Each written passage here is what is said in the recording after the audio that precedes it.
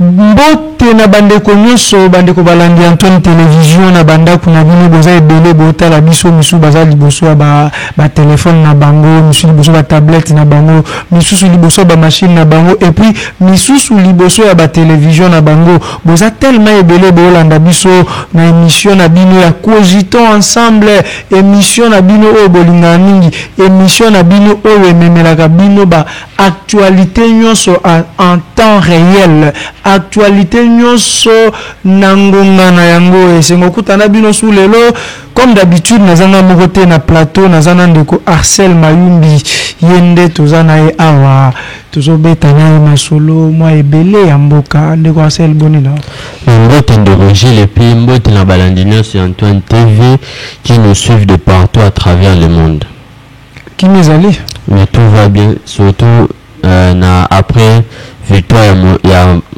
bon fin victoire à Cameroun Vital Cameroun donc tout va bien actuellement victoire tout va bien pour la victoire Vital Cameroun vous avez côté na yondire vous avez tout côté na raté même en regardant les trois vidéos ezatiwana la personne où tu se sentir mieux une fois que tu as vu c'est lui donc quand même à répondre à besoin d'autres bien évidemment en voter la loi en salle en sorte que la loi est bien ils allaient voter dans l'Assemblée nationale. Bon là on ne sait pas trop, on verra dans le processus à travail une fois que le bureau définitif que vous allez installer. Mais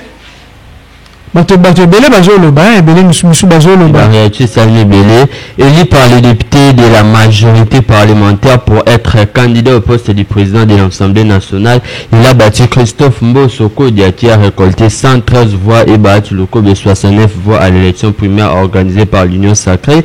Vital Cameroun est sorti vainqueur des élections primaires avec 183 députés. Le président de l'INC sera donc le candidat de l'Union Sacrée au poste du président de l'Assemblée nationale.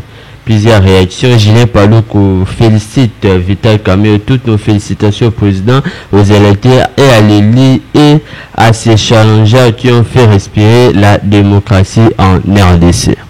Vital Cameroun élu, surtout c'est normal qu'Azala puisque on se rappelle quand on peut se rebimager.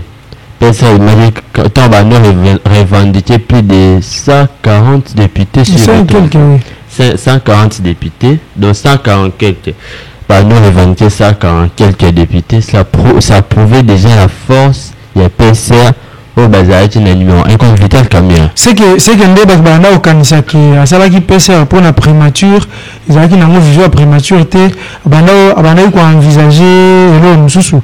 Oui, ils ont l'Assemblée nationale. Mais pourquoi pas Bachake Kambara Moro? Pourquoi pas Zaraïka désigner directement? Parce que ce total parcours na Félix Tshisekedi, on voit qu'il a été trop patient. Hein? Asa vraiment trop patient. Bakutani, bangomi balé va se retirer na Genève, bakena na Nairobi. Andimi Félix Tshisekedi na 2018 comme Azala candidat ya moi plateforme na bango basala qui a fachi vite a soutenu Félix Tshisekedi. Après makambo 100 jours il a été humilié pendant 2 ans tout ça. Grosse humiliation oui, jusqu'à ce que justice aille kokata makambo abimi. Après on a andimi lisusu ko soutenir chef de l'État.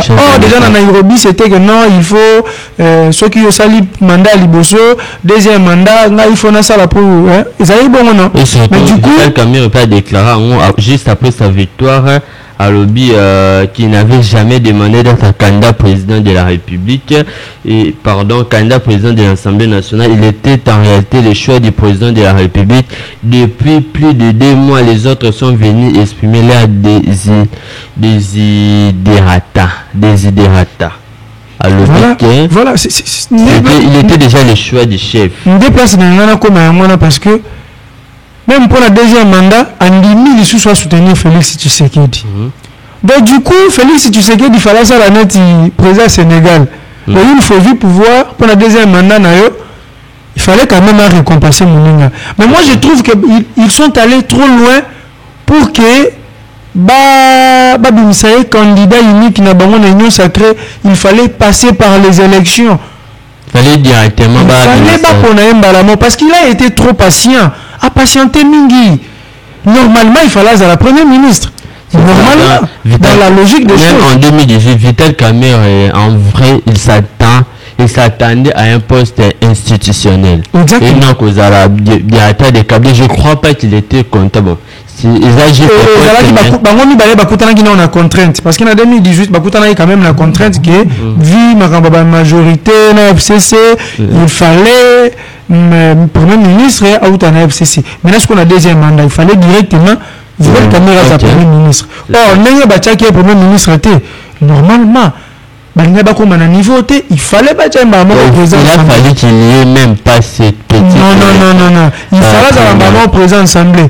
Maintenant on se retrouve dans le point où on dirait chef de l'État on dirait se retrouver qui na dilemme Atalibo et Christophe Mbosso Union sacrée les a consigne à plusieurs grandes parties pour deux raisons sa force en majorité. Déjà qu'on choisit du coup Vital Kamerhe, ça serait une injustice pour les autres partis. Actuellement c'est l'UDPS qui est la force de la primature avec plus de 119 députés comme ça. Après il y a une et puis les autres. Déjà qu'on tient directement Vital Kamerhe. Et surtout sur le total sous les passés à l'époque Félix Tshisekedi azalaki na posa ba député mazali na bango mingi te du coup baati azalaki na ba député belé et andimaki mbala moko ko accompagner Félix Tshisekedi pour que ba député na nyonso wana ba ko soutenir Félix Tshisekedi. Donc on dirait chef d'État se retrouver qui na dilemme Atalibo Christophe Mbosso Atalibo Modeste Baati Atalibo Vital Kamerhe. Mais na bango tout Vital Kamerhe aza ana opposé moi makasi parce que a croire qui na Félix Tshisekedi toazana le chef de l'État. Donc c'est Vital Kamerhe pesé ou bien pèse na chef de l'État c'est que se référer à 2018. Oui. Mais il y a toute une histoire avant les pouvoirs et après les pouvoirs. Donc, parce qu'après les pouvoirs, les bats ont soutenu. Oui, ils ont soutenu beaucoup de candidats. On a dit que Mibali, on a vu même il y a couple. Mibali ebele bakangama na basi na bango ya kala parce que za basi ba croire bango era zana na le côté era zana on piaker tout ça basi bongo ne mbali bakangama na bango mingi au moins attaque lingi basi musu libanda mais era ozonga non celle-là commençait avec moi quand j'étais encore rien. RDC aussitôt après avoir été désigné par les députés. Pardon.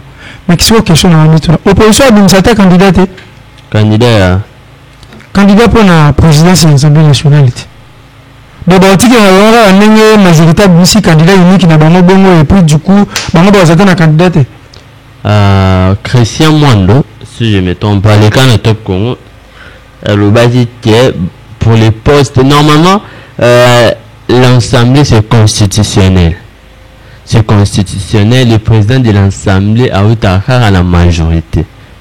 Non, déjà quand c'est que Vital Kamerhe on confirme déjà que c'est président de l'Assemblée nationale déjà et puis il y a même une vidéo au président de la République tant à quotidien on va dire ça et RDC aussitôt après avoir été désigné par les députés de la majorité parlementaire comme candidat président de l'Assemblée nationale de la République démocratique du Congo. Vital Kamerhe a été reçu tard dans la soirée du mardi 23, soirée d'hier, par le président de la République après l'accueil du chef de l'État qui a déclaré félicitations au président de l'Assemblée. Président de la République a dit félicitations président de l'Assemblée. Président de l'Assemblée. Il est déjà président ou candidat président. Deuxième réaction, ma joie c'est de voir les président félicité dans toutes ses formes. Au même moment, je félicite le Moualim Vital Kamerhe pour sa nomination au présidium de l'Assemblée nationale car c'est une personne dévouée au bon service de l'État. Ainsi, bon voix à lui. Troisième réaction, élu candidat, c'est plutôt la réaction la plus importante. Élu candidat président de l'Assemblée nationale, Vital Kamerhe a récupéré démocratiquement ce que quelques amis malins ont voulu lui retirer, estime Jean Baudouin Maillot. Exactement. Même c'est une n'ont pas de députés sont venus embrouiller les cartes depuis aussi après l'échec de Christophe Mbosso et Modeste Sebati à l'élection primaire. Oui, quelque part. La question surtout, il est déjà président ou candidat président de la République. Je ne sais pas ce qui a... c'est constitutionnel. Constitutionnel. Président et assemblée à Outakaka, la majorité. Déjà, majorité, il y a moko, a mis élection. Élection moko à part. Pour bapona, candidat unique na bango. Et puis, quelque part, je trouve que procédure, ça les a bien. Pour qu'ils assurent la contestation. Parce que bango moko mutu ba voter.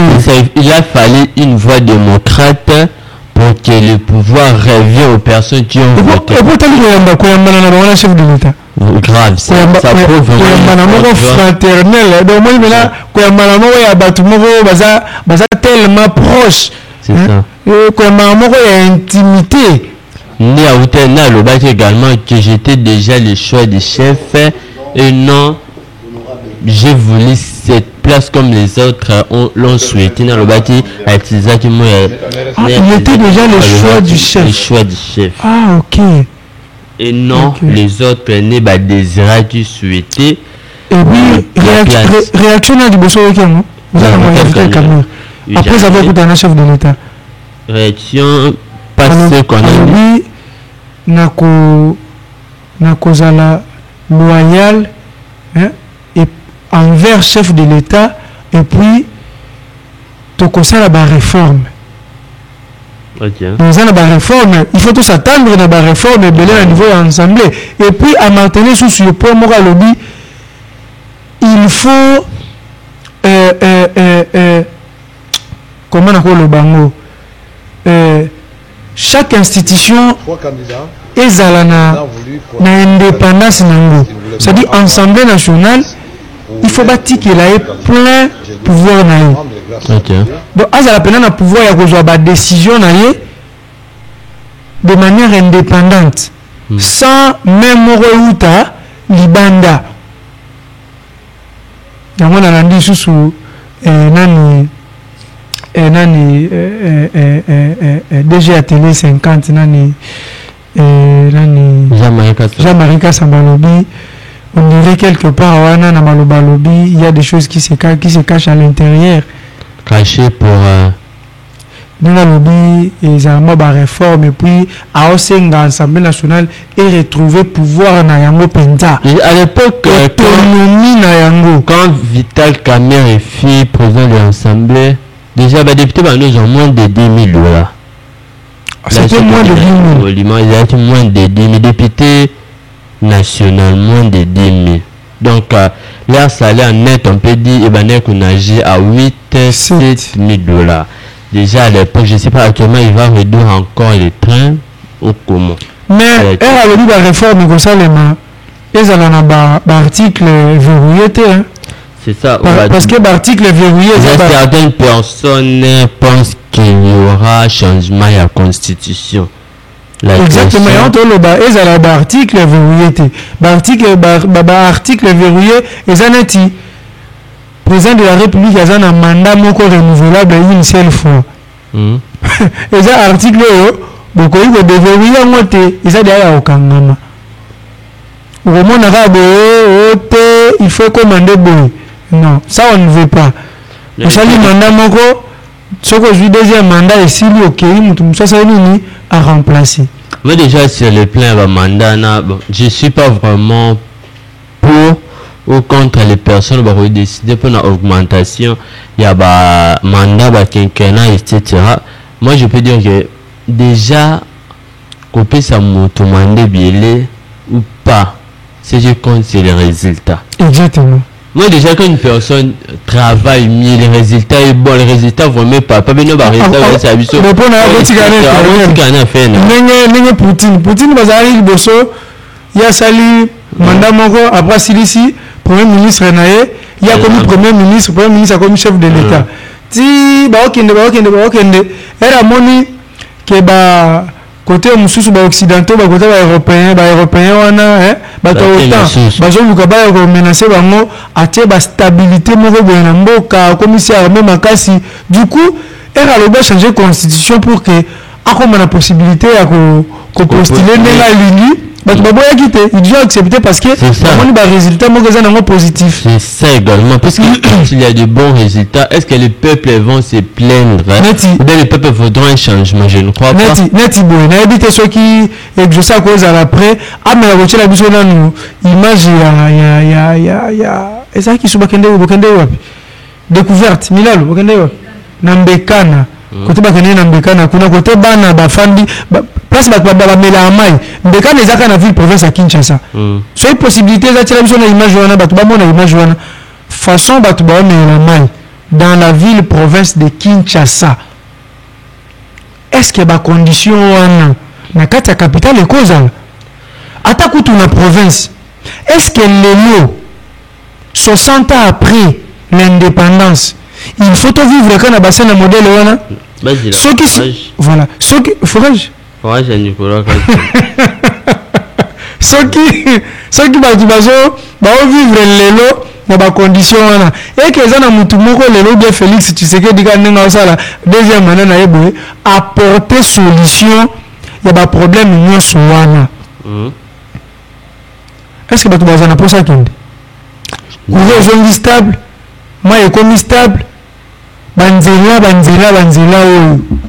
otongo timoko ebandi ata Kinshasa eketi Kisangani ole totikala kana nzela moko ezoliesa batuka ya bypass nde ezoliesa batu totikala kana nzela moko ezoliesa batu ya bypass. Président de la République Tshisekedi en regardant le processus électoral les quartiers avant les élections, après les élections, après nomination, après validation dans un accord concernant ça prouve que le président de la République est aimé par le peuple. Il y a un mot d'ordre de la part autorité au Sénateur, de la part de l'opposition pour manifester le jour il y a serment et chef de l'État. On a vu aucun acte de la part de la population pour manifester.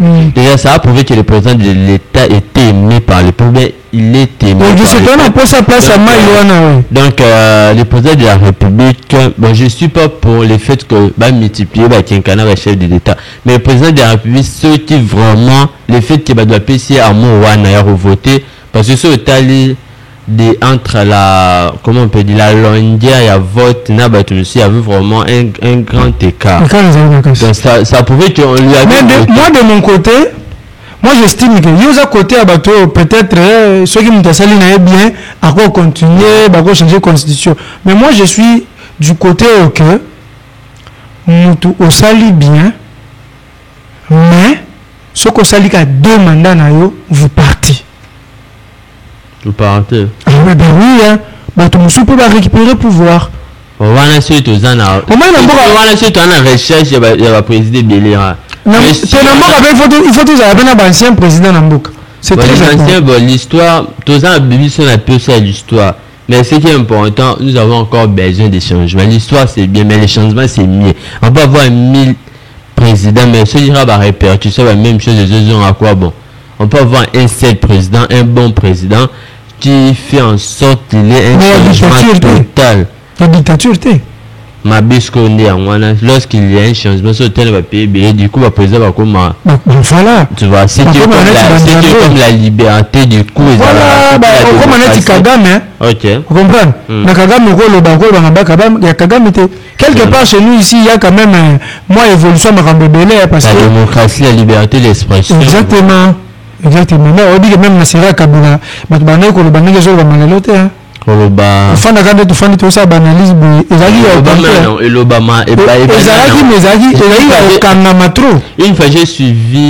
Une fois j'avais suivi la vidéo il y a maître Christian Mossembe qui est actuellement le président du C7 quand il fit encore il est encore journaliste mais quand on n'a pas simple journaliste quand on a tourné l'émission na régime à Joseph Kabila.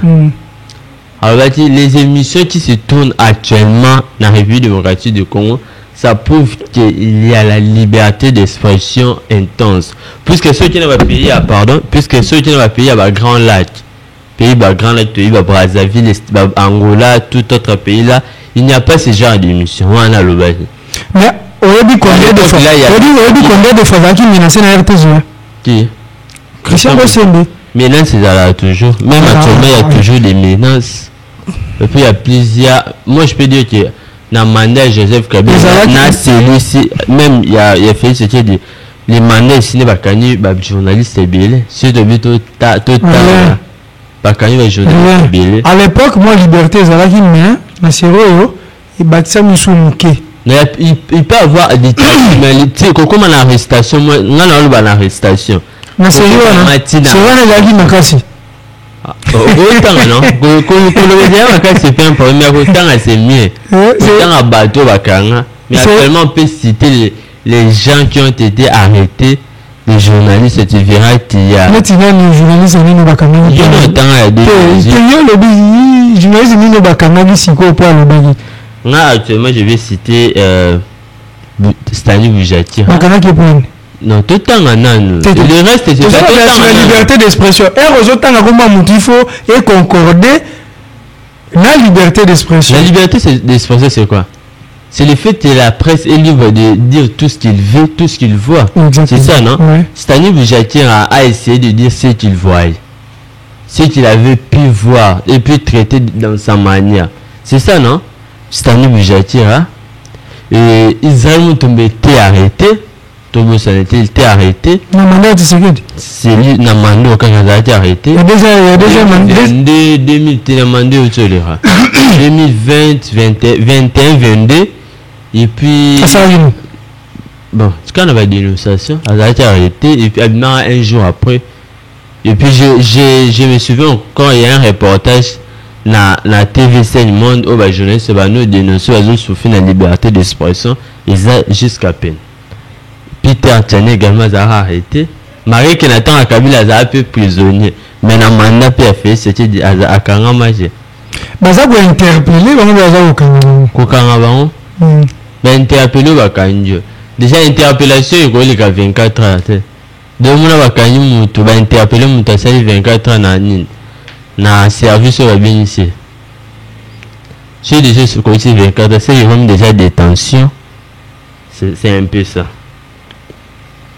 Sur son compte X, les journalistes Israël Moutombo public hier, le ministre de la Communication et porte-parole du gouvernement Patrick Mouyaya a tenté d'organiser de force un briefing presse qui a été annulé à la dernière minute. D'après lui, il ne s'est pas arrêté là. Après cet échec, le ministre Patrick Mouyaya s'efforce une fois de plus d'organiser un nouveau briefing presse dans le but de déclarer des disculper. Le ministre des Finances Nicolas Kazadeti est impliqué dans des scandales liés au forage et aux lampadaires. Plusieurs réactions. Ça le matin après tout, il y a Israël Moutombo sur sa page Twitter.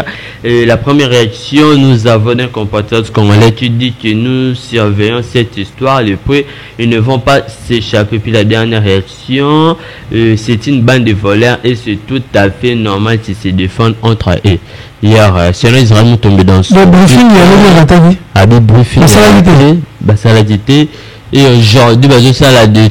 Tous les moyens pour organiser briefing. Ce qui m'étonne dans ma campagne les années, hein, et là que je comme ça dans ma campagne les que, là que comme ça dans ma campagne les que, et je sais tu l'as vu sur nous, non pour ça dans la vidéo, parce qu'il y a des choses que je dois dire, mais il faut dans la vidéo, tu l'as vu sur la vidéo, comme ça et puis tout commenter, pour te compter bien pendant le sujet, parce qu'il y a beaucoup de choses il faut te le bien.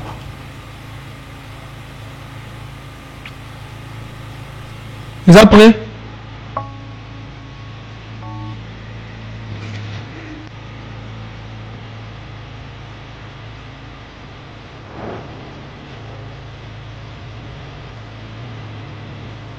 Purchase your beat. Holy shit.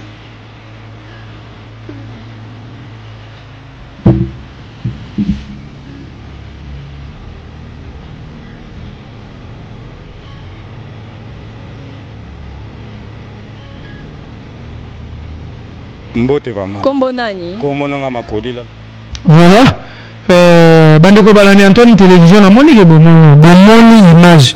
D'abord nzela boke na chaîne. Waza na posa ya otala découverte wana mobimba. Ake na chaîne omona yango otali pena en long. Otali pena vidéo wana mobimba. wana eza na mbekana eza na Kinshasa dans la commune de Mongafula na Kimwanza kuna. Mais motala modèle bato ba vivre na mbekana. On dirait muto zo vivre na village moko eza na kati, on dirait na Équateur na kati kuna, on dirait na province orientale na Balisoku na Babofele na kati kuna penza. On dit bato ba na kati ya jungle, mais nous sommes dans la ville province de Kinshasa, précisément dans la commune de Mongafula na Kimwanza. Ville province faut Kobatse sous capitale. La capitale, voilà, de la République démocratique du Congo.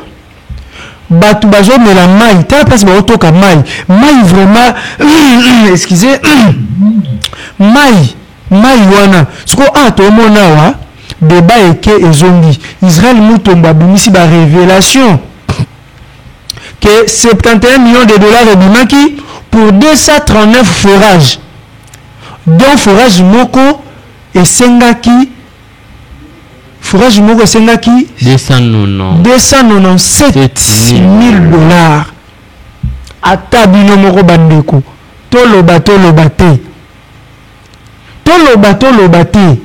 tala mai bato bamena na mbekana mai ya modèle wana so bomemi kaka 297 000 dollars bomemi yango na mbekana na bafourage ya 5 000 dollars parce que bafourage oyo toosela na bamongafula na bamakala na bayolo na balimete na bangaba eza bafourage ya ba 5 000 dollars.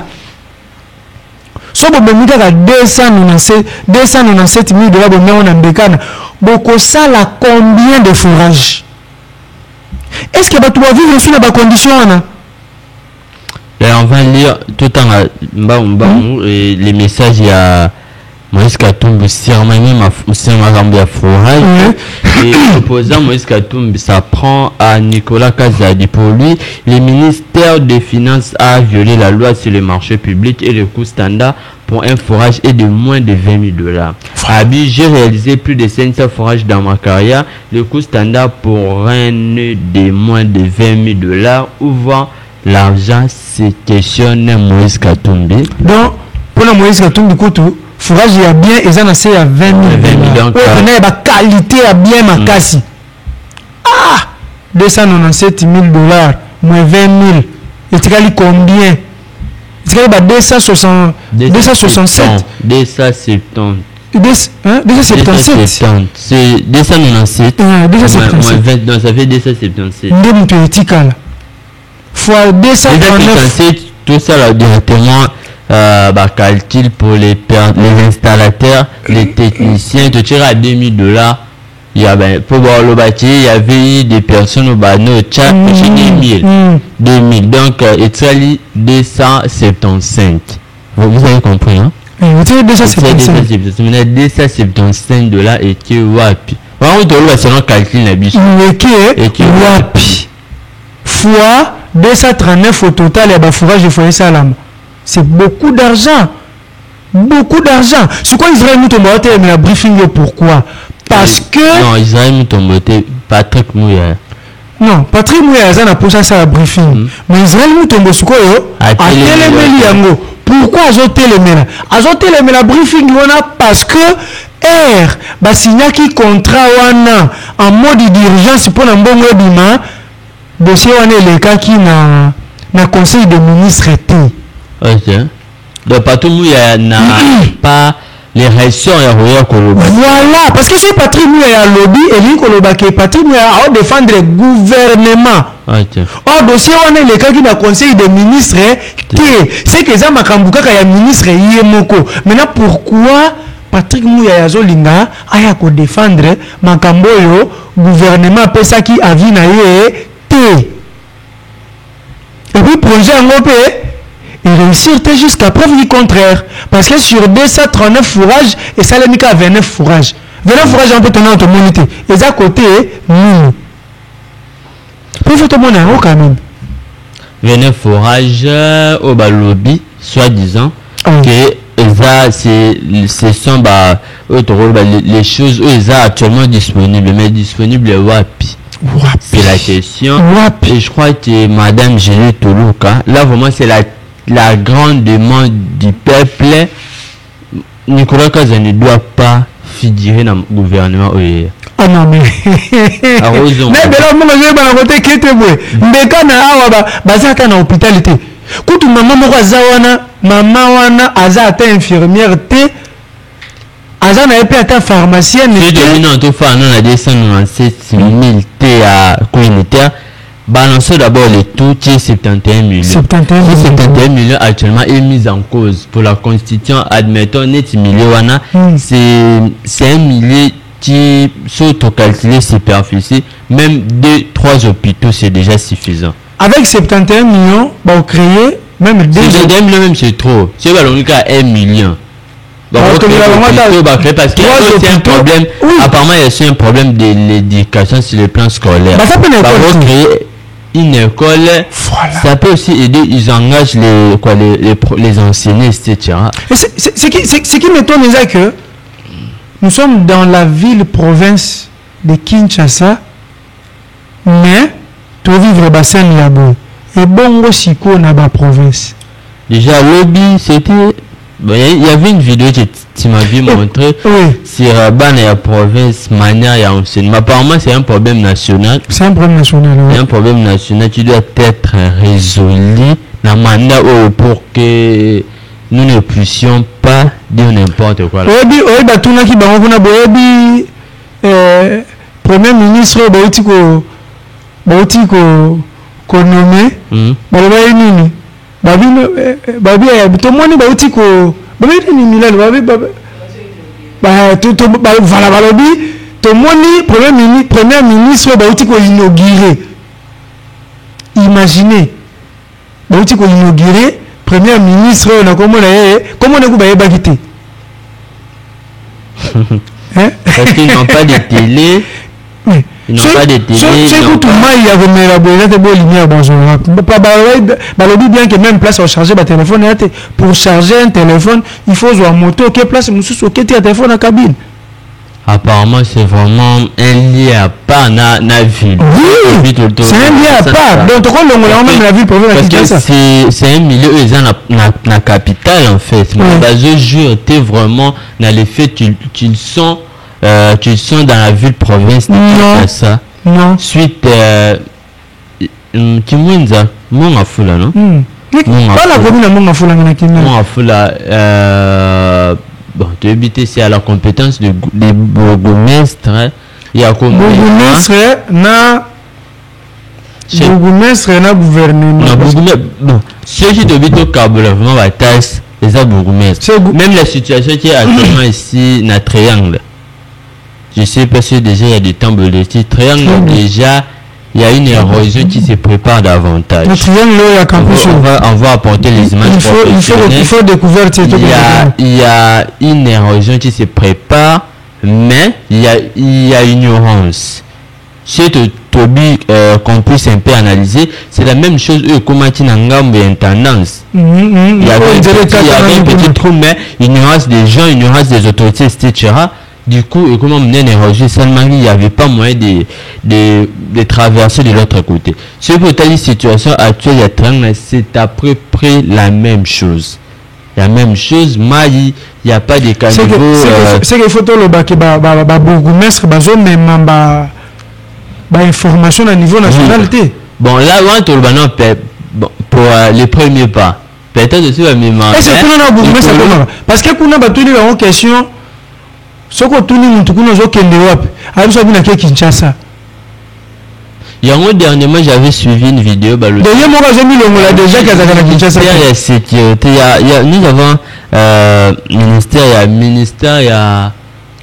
ministère de l'Intérieur et affaires coutumières décentralisées.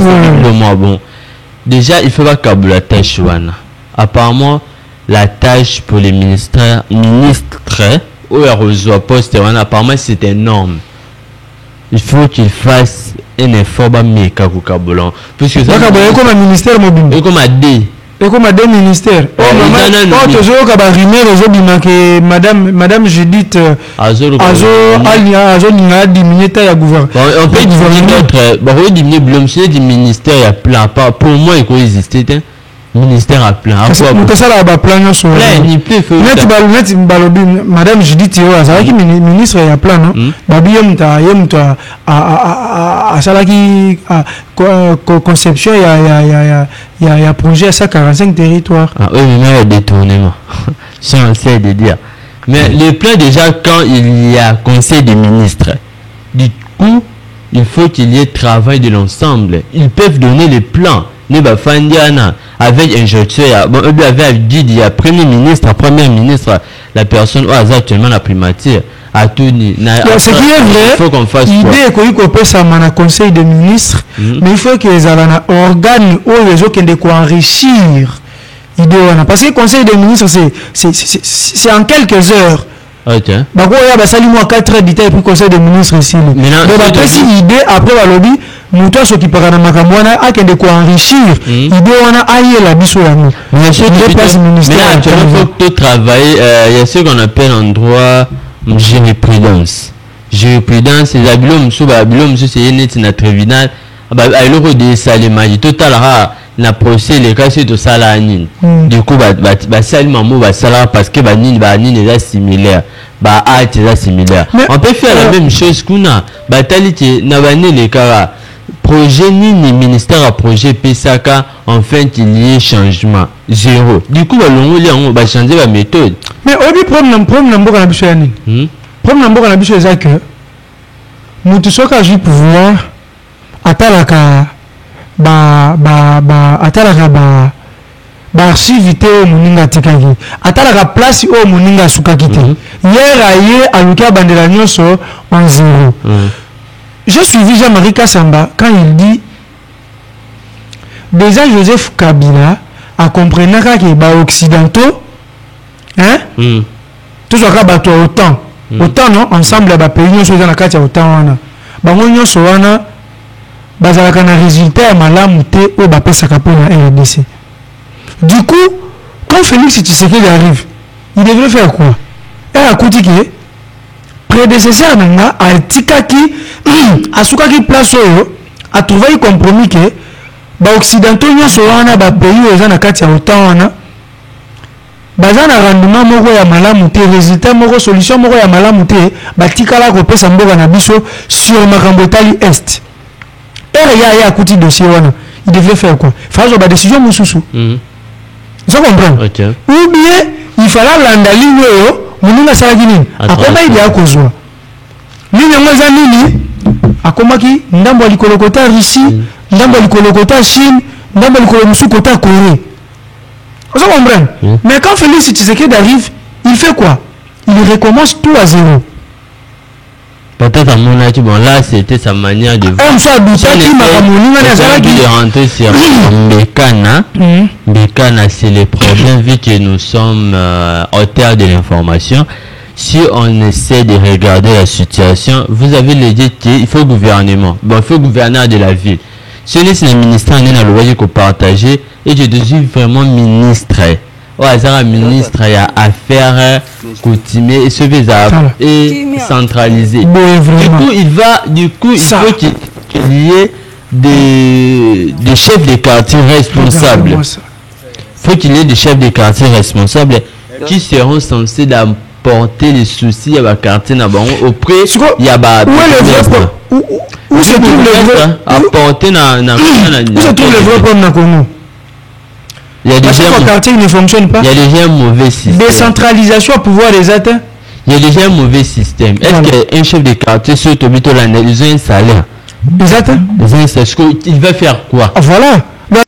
Comme un chef de quartier il y a Pamba. Alors qu'en Europe, lorsqu'on parle de la notre mère etc. On sent vraiment qu'il y a une forte considération parce que Azolandela Moussani il est bien rémunéré. Bandai ko futela ndako moko mususu na monga fula olongwe kuna oyeko zwanda ko mususu na selembao du coup ezokota na quartier wana sika il faut chef du quartier ba ki muto sika koti na quartier ngo normalement net pe ba ni salima ba recensement il faut de faire na bato commis ba recensement normalement dans des pays sérieux dans des capitales sérieuses.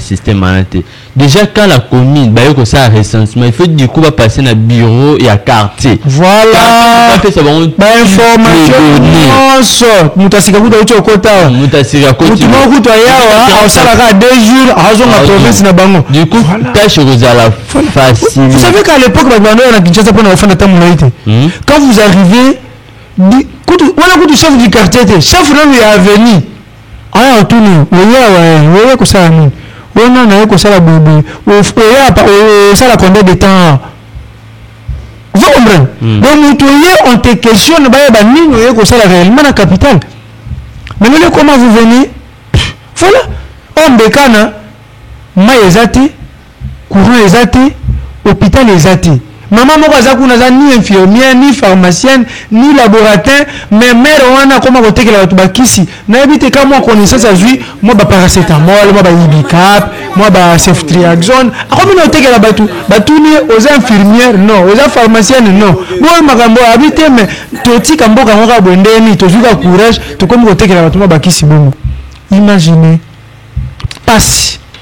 Le contrôle doit se faire surtout dans le gouvernement, Madame Gédé Tourouka, c'est une femme, les initiatives nouvelles doivent s'imposer vraiment pour un changement, pour que tu retenir un peu quelque chose. Kinshasa est la capitale la plus désordre de l'Afrique, où tout le monde a ordre sans pourtant se rendre compte que on va pouvoir dans les zones limitées on va pouvoir dans les zones limitées et c'est donc c'est un peu ça qu'on peut dire, c'est la situation, c'était tout comme information de l'air. Merci beaucoup de Quarcel, mais avant émission comme Manasuka tout ça qui est juste ça la une photo moi na uta ko tindelo wana tshela biso mona no na lo ba place photo wana ezate bat mo ba mona place to kangeli photo wana ekotite. Oh là là, malheureusement, tu bombes à la prochaine fois. Photo, on a fait bon mon so bon photo, on a d'être commenté. Moi, je commenté en bon exact. Mais, Congolais, réveillons-nous. Tout l'amour.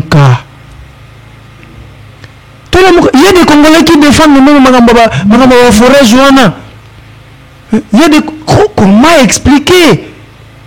Plus de 200 000 dollars et qui place Moro Boye Baté, mais il y a des Congolais qui soutiennent ça. Il y a des Congolais qui soutiennent ça. Bokela Mandengeni.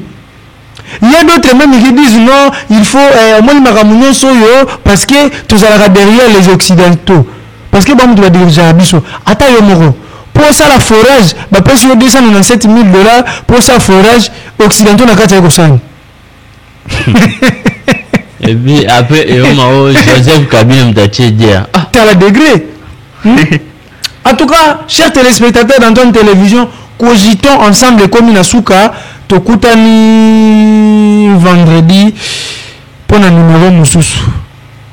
Ma camboise belé, mais nous tournons sur la mouka, nous tournons sur la l'éveil. Information.